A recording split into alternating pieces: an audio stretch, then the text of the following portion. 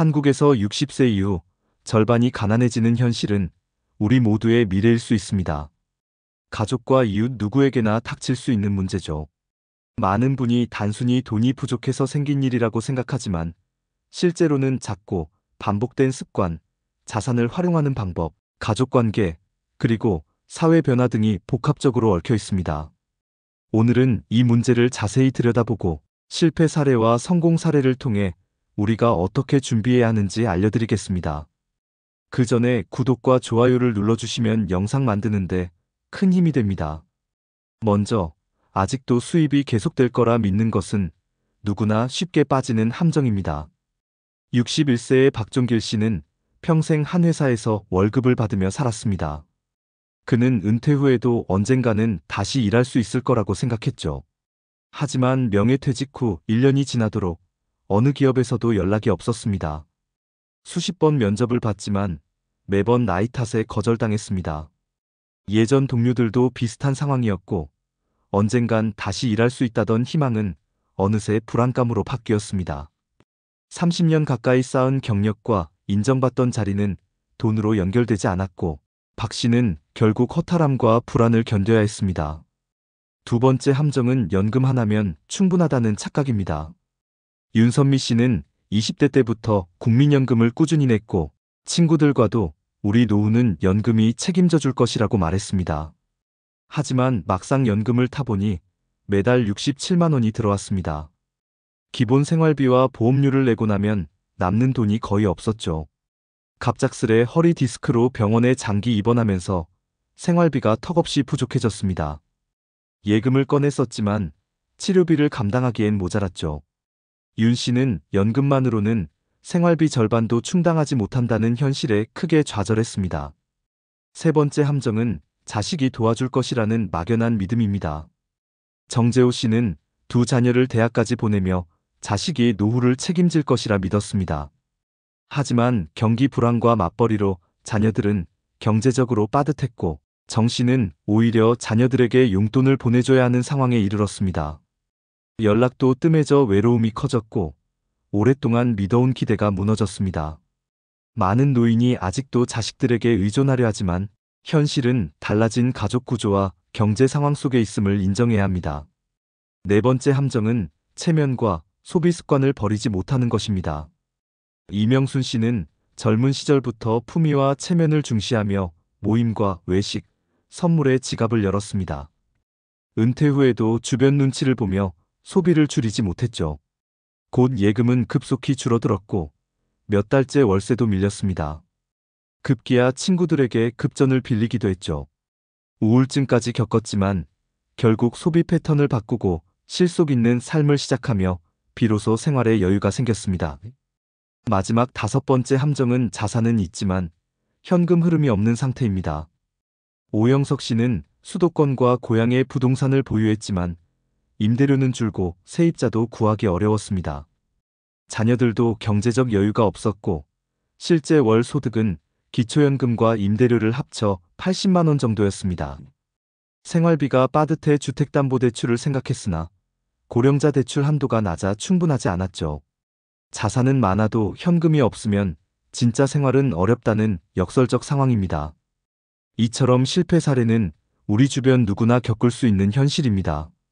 노후 빈곤을 피하려면 시대 환경과 가족, 자산 현황, 소비 습관을 객관적으로 바라보고 준비해야 합니다.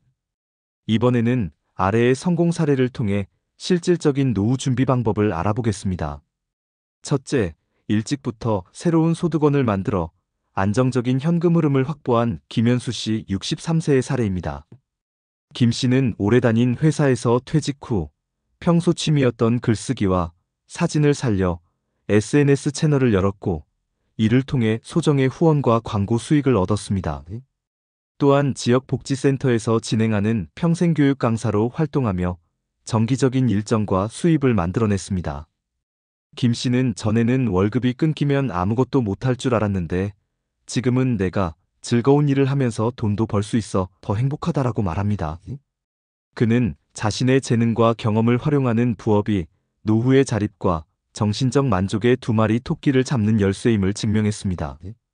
둘째, 연금 외에 부동산 임대와 소액 투자로 수익을 다변화한 이정혜 씨 67세의 이야기입니다.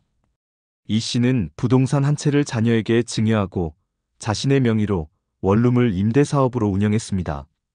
월세 수익은 국민연금과 더해져 비교적 안정적인 소득을 보장해 주었고, 추가로 주식과 채권의 분산 투자에 비상시 자금을 활용할 수 있게 했습니다.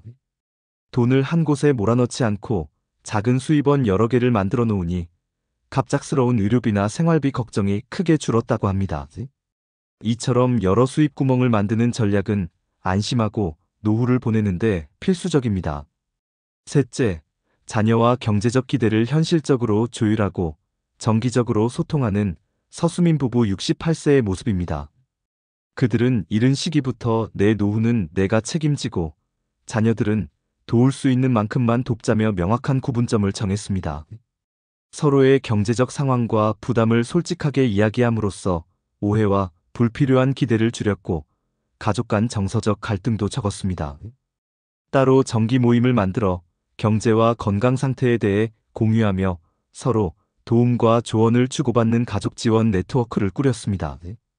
이런 상호 존중과 현실적 합의는 노후 생활에 큰 안정감을 주었습니다.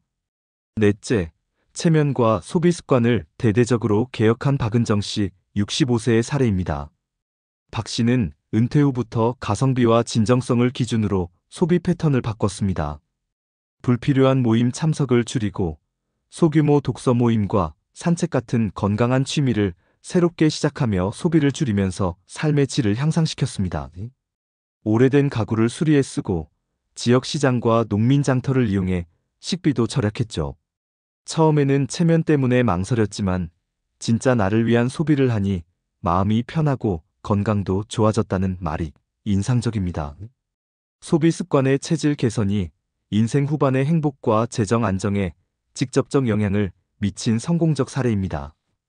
다섯째, 큰 자산을 유동성 있는 형태로 전환해 위기 대응력을 높인 이대환 씨 70세는 금융상품과 임대사업, 일부 부동산 매각을 병행하며 위험을 분산했습니다. 상가 임대료가 밀리는 문제를 해결하기 위해 공간 공유 사업자로 전환했고, 필요할 땐 금융상품을 활용해 급전도 마련할 수 있게 준비했습니다.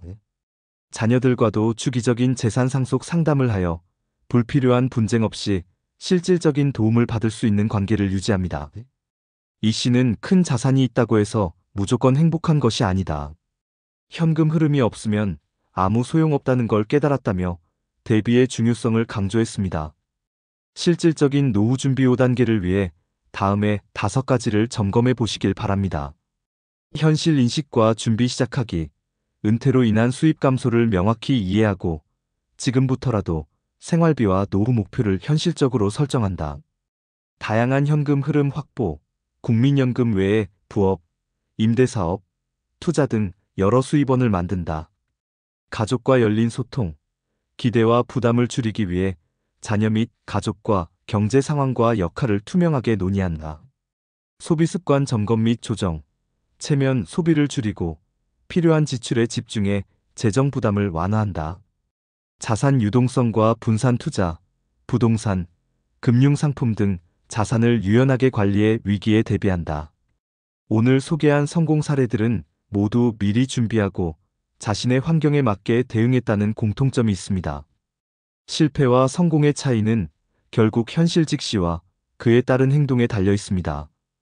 이제부터라도 자신의 노후를 차분히 점검하고 가능한 작은 변화부터 시작하는 용기를 가져보시길 바랍니다. 이것이 여러분과 가족의 뜻깊은 미래를 위한 튼튼한 밑거름이 될 것입니다.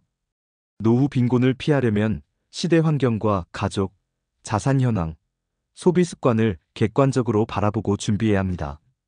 오늘 영상이 여러분께 유익했다면 좋아요와 구독 버튼을 눌러주시고 주변의 소중한 분들과도 함께 나눠주세요.